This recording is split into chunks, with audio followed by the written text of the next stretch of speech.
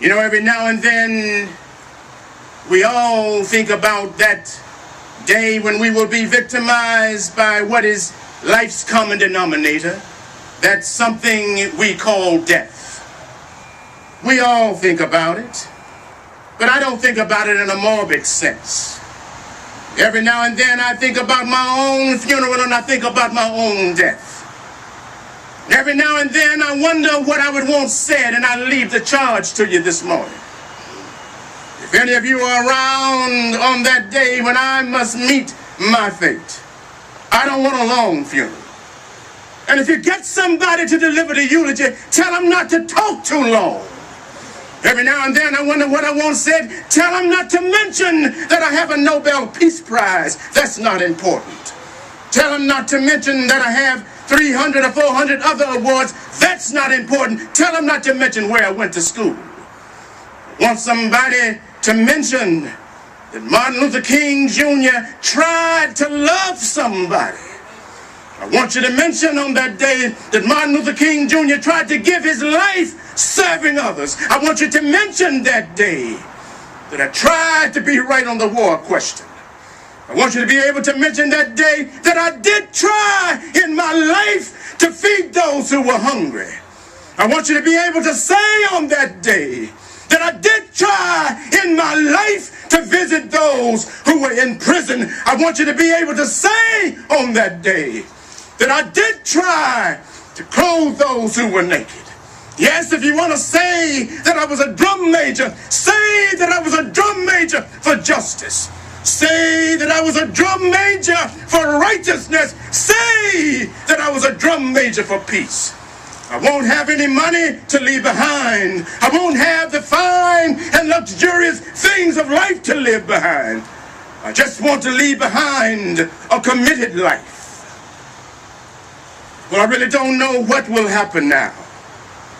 We left Atlanta this morning. As we boarded the plane, there were 6 of us. The pilot said over the public address system, "We're sorry for the delay, but we have Dr. Martin Luther King Jr. on the plane." And to make sure that all the bags were checked, to make sure that the plane was safe, we had to check everything out carefully. We've had the plane protected and guarded all night. And then I got to Memphis. And some began to say or to talk about the threats that were out. What would happen to me from some of our sick white brothers? Well, I really don't know what will happen now. We got some difficult days ahead, but I'm not concerned about that now because I've been to the mountaintop. I don't mind. Like anybody, I would like to live a long life. Longevity has its place, but I'm not concerned about that now. I just want to do God's will. And He's allowed me to go up onto the mountain. And I've looked over and I've seen the promised land. I may not get there with you, but I want you to know tonight that we as a people will get to the promised land. So I'm happy tonight. I'm not worried. I'm not fearing any man. Mine eyes have seen the glory of the coming of the Lord.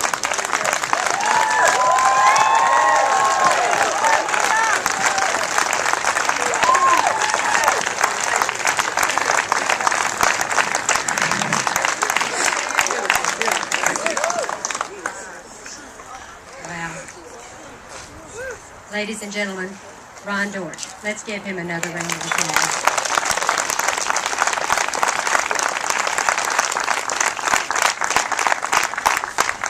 Ron, thank you so much for bringing Dr. King to life for us today. Yes. During this African American History Month that we celebrate.